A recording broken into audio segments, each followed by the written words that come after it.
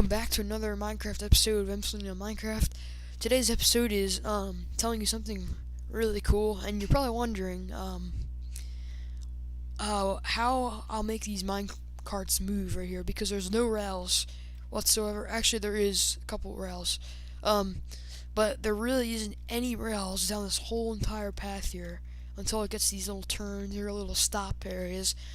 But you're probably wondering how it's gonna move all the way down to that area down there. It's only because it's gonna do it because I have 10 minecarts in this one block, and you can't tell, but you can see that the shadow is really dark if you come down here. And I'm gonna show you how it works. So the more minecarts you have in a stack, the faster you'll go. So when you get into one of these minecarts, it's probably going to be like a random minecart, and you never know which one you're going to get in, but it really doesn't matter. But first of all, you can't just go forward on this minecart. You have to go, you want to go backwards. It sounds kind of weird, but you want to face forward and go backwards. Make this go forward. And you can see that these minecarts are all splitting up because I'm moving, and it just glides right across that whole entire thing, and acts like in one minecart. And you can even tell, like, by the sounds that it sort of sounds like a normal minecart. But the reason why I have these little rails here is because it puts the minecarts back into like a nice stack, which makes it look like only one minecart is there, and it also puts it to a complete stop. But if you're making this, you need to make sure that you have walls on the sides right here. And what's really good about this idea is that you don't have to use that many materials to make this. This is pretty easy. Right here is 10 minecarts, but you really don't need that many iron ingots to craft one minecart. You only need 5 for each one, so you only need 50 iron ingots to craft 10 for one line.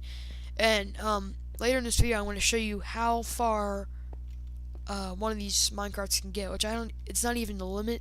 I just made a really far track, and it made it across the whole thing. This one right here has slightly more minecarts involved, so it goes a little bit faster. It has 15 minecarts, so you can just go back and forth, and it's really quick travel because you don't need any redstone. For instance, a button to ignite the minecart, make it move. So it's really an easy thing to set up and use, because of how fast the traveling works. See, otherwise, if you go forward, this can happen. Your minecarts can get a little split up, and if they get too split up, they'll end up coming into different groups. So you want to make sure you go backwards when you're facing forward to get it to move forward. This one right here has a turn with a few rails, so as you can see, if I move down, this part right here is a couple of rails that make a little turn, and it actually goes across the turn and makes it to the end, which is pretty cool. I like that idea because you don't have to just go straight. But you can see that sometimes it glitches out as well, so it gets a little weird. But it's not a big deal. If you just get off and push it, it's fine. And you can just easily fix that. And even if something else happens that's worse than that, you can just break all the minecarts and replace them. Now you're probably wondering how you place these. Well, I'm going to get to that on this. So I'm going to break all these minecarts right here that I already placed. There's about 10 of these, I think. Okay, so as you can see, there's a rail under here. So I'm going to break this block right here, the second block past the rail, and I get down here, and I go towards the bottom of the hitbox of this rail, really close to the bottom, like right on the edge, and I place one, and I might have to move down a little bit more. I might move back a little bit, and then you just go to the bottom right here, and you just keep placing. So that's 2, this is 3. Okay, so I placed 10 of them, and I'm going to show you exactly what happens when you do this. It actually automatically started from that time. That's kind of rare to happen, but you can see how far I made this turn go, and it still made it. And there's still more to this. I'm going to show you what happens. the track over there. How far this can make. It's the distance it can travel is amazing. You can see I only put one curved rail there, so you can save materials if you just do one. Also, I want to show you this over here, like I just said. This one proves how far this can go. So look how far this can go. It can go all the way from there. I don't know how many blocks this is, but I'm guessing about 100 blocks, something like that. This is really far. It may not be the fastest way to travel, but it really depends on how many minecarts you put down. And here you can see one of these problems again. That's the way to escape this problem is just to push it, like I said. So I'm gonna push it all the way back, and it's fine. And this is an overview of what it looks like when it gets pushed from the top. This is pretty fast. But 20 minecarts would be much faster than this. But this is definitely like the coolest way to travel, and it's easy to get the materials to make this in survival. You don't even need to use sandstone in survival to make the walls. You can just use dirt if you would like. It works either way. You can use cobble, which I would use cobble because it's not that hard of material to get, or maybe wood, but I wouldn't waste all my trees on some walls, so I would rather use cobble for this. You can see this really doesn't take many materials at all to make.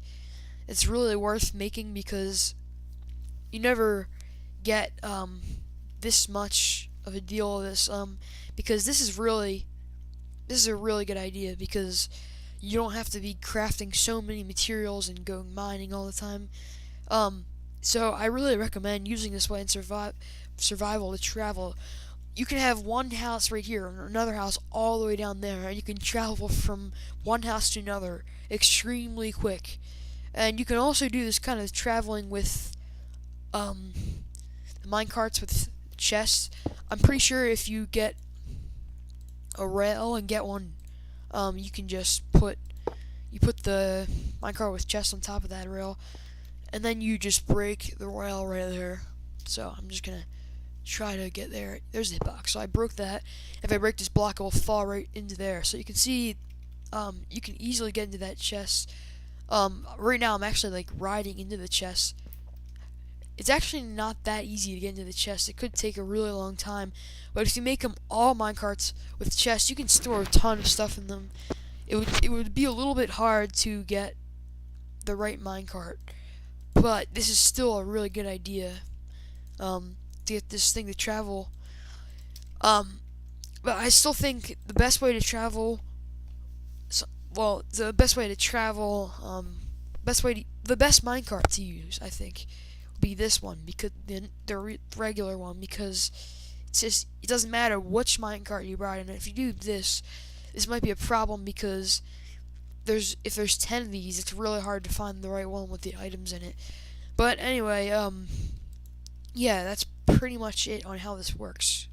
I really think that this is definitely the best way to travel, because you can go so far and not have to power up all these rails and have to craft a ton of powered rails, which require gold and redstone and all that annoying stuff. So it's really easy because just by making one of these paths, you only need 2 rails, and if you make curves, you only need 3 extras, because of course when you're making this kind of rail, the separate one right here, even if you make this, you're still going to need 3, because you have to have 2 here and then place this one and then break those 2, which you can save those other rails for any other tracks you make. So it's really easy to make all this and save your materials.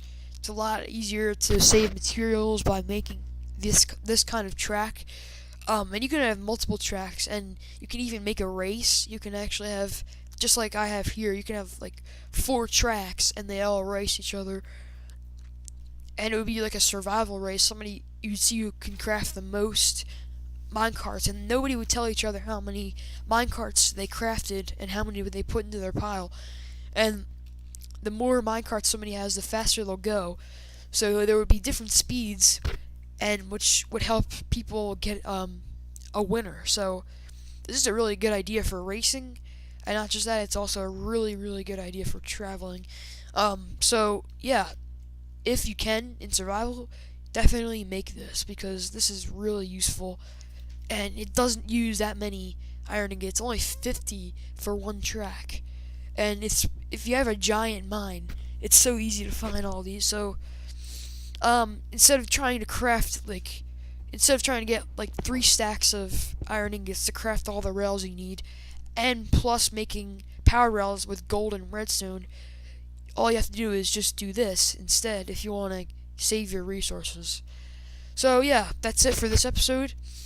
Of course, you can like, you can comment, or you can subscribe. And of course, whoever likes, that's probably the best one because of what I built right here. There's a whole thumb right there out of the tracks I made. Anyway, see you next time on another episode, and bye.